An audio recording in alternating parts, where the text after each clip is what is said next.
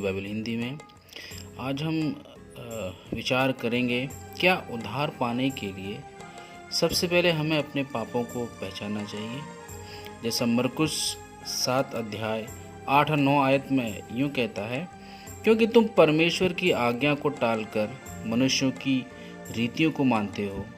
उसने उनसे कहा, तुम अपनी परंपराओं को मानने के लिए परमेश्वर की आज्ञा कैसी अच्छी तरह टाल देते हो। और साथ में 7 अध्याय 20 और 23 में भी वो वचन कहता है, फिर उसने उनसे कहा, जो मनुष्य में से निकलता है वही मनुष्य को अशुद्ध करता है, क्योंकि भीतर से अर्थात मनुष्य के मन से बुरे बुरे विचार, व्यभिचार, चोरी, हत्या, पर स्त्रीगमन, लोभ, दुष्टता, छल, लुचपन, कुदृष्टि, निंदा, अभिमान और मूर्खता निकलती है।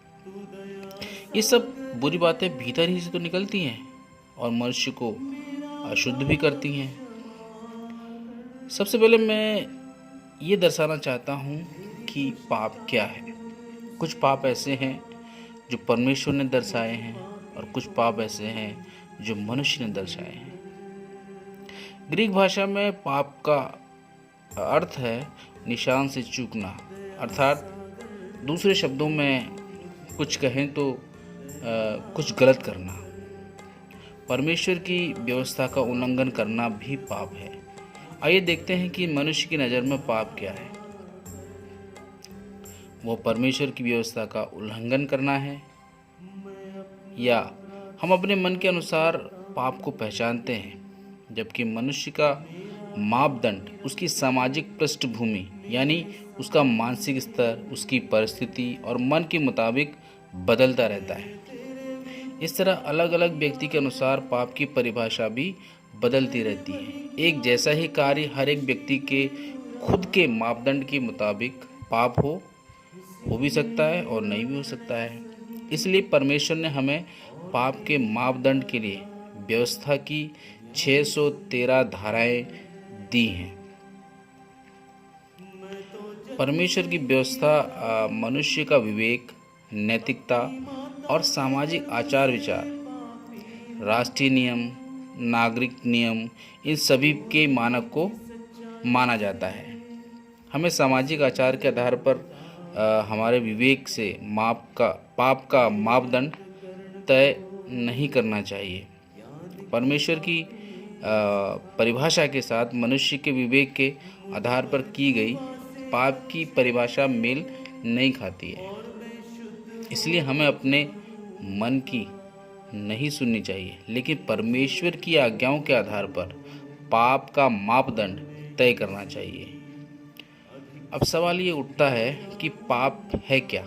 उसके बारे में हम सब की अपनी अपनी राय है। कुछ लोग उसे अपनी कमजोरी कहते हैं, जबकि दूसरे उसे विकृत व्यवहार मानते हैं। उदाहरण के तौर पर कोरिया में लोग अपने माता पिता की कब्र को घास से ढक देते हैं और जब तक वो मरते नहीं तब तक कब्रों की देखभाल करते रहते हैं। लेकिन पापुआ न्यू गिनी की एक आदिवासी प्रजाति उनके मृत माता पिता को सम्मान देने के लिए उनके मृत शरीर को परिवार के लोगों के साथ बांटकर खाते हैं।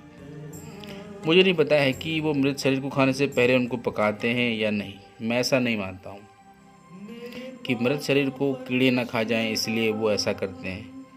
ये दर्शाता है कि पाप के विषय में मनुष्य के विचार बहुत ही अलग अलग हैं। एक समाज में जिस कार्य को अच्छा माना जाता है वही कार्य को दूसरे समाज में गलत माना जाता है, जबकि बाइबल हमें बताती है कि परमेश्वर की आज्ञा का उल्लंघन ही पाप है, क्योंकि तुम परमेश्वर की आज्ञा को टालकर मनुष्यों की रीतियों को मानते हो।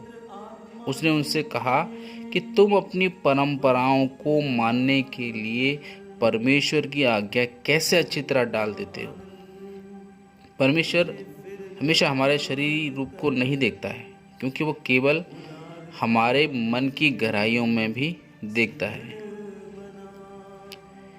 मनुष्य का अपना मापदंड जो है परमेश्वर के सन्मुख हमेशा पाप रहा है। अब सवाल यह है कि सबसे गंभीर पाप कौन सा है। परमेश्वर के वचन का उल्लंघन करना सबसे गंभीर पाप है या कोई और। परमेश्वर की मर्जी के मुताबिक जीवन न जीना पाप है। उनके वचनों में विश्वास न करना वो भी वैसा ही है।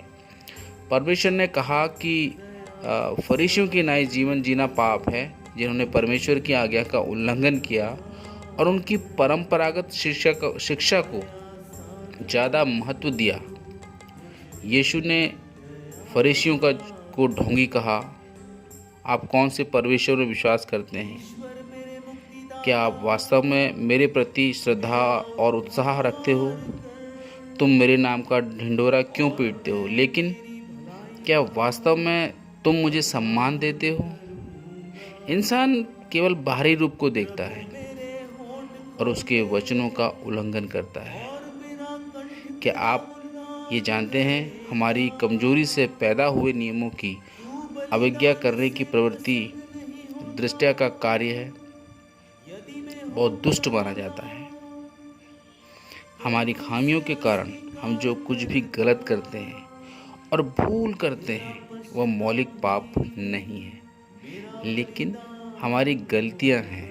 परमेश्वर पापों और गलतियों को अलग अलग मानता है। जो आज्ञा का उल्लंघन करता है वो पापी है, भले ही फिर उनके अंदर अगर कोई भी गलती ना हो, वो परमेश्वर के सामने सबसे बड़ी पापी है। इसलिए यीशु ने फरीसियों को धमकाया। उत्पत्ति से लेकर व्यवस्था विवरण तक ऐसी आज्ञाएं दी गई हैं जो हमें बताती हैं कि हमें क्या करना है और क्या नहीं करना है। वो परमेश्वर का वचन, उसकी आज्ञाएं हैं।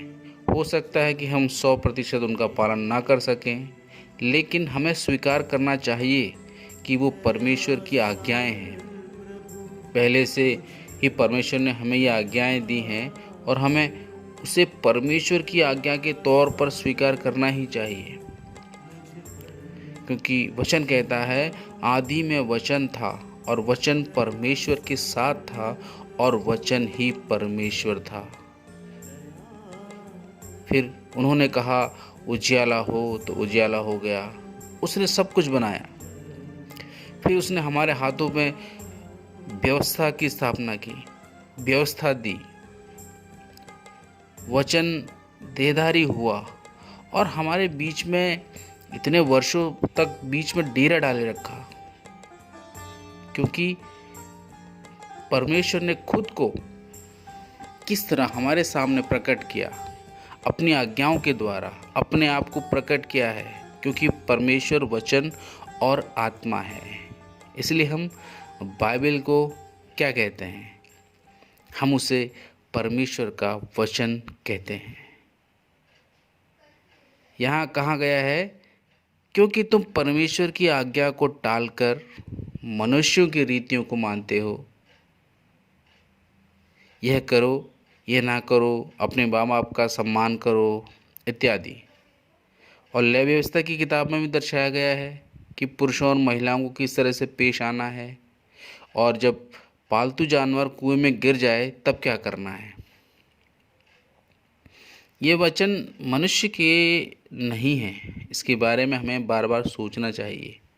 हो सकता है कि हम उसकी सारी व्यवस्थाएं का पालन ना कर सकें, लेकिन फिर भी हमें उसे स्वीकार करना चाहिए और परमेश्वर की आज्ञाओं को मानना चाहिए। क्या परमेश्वर के वचन में कोई ऐसा भाग है जो झूठा हो? फरीसियों ने परमेश्वर की आज्ञाओं का उल्लंघन किया और परमेश्वर की आज्ञा को टालकर मनुष्य की रीतियों को मानने लगे। उनके बुजुर्गों के वचन परमेश्वर के वचन से ज़्यादा भारी थे।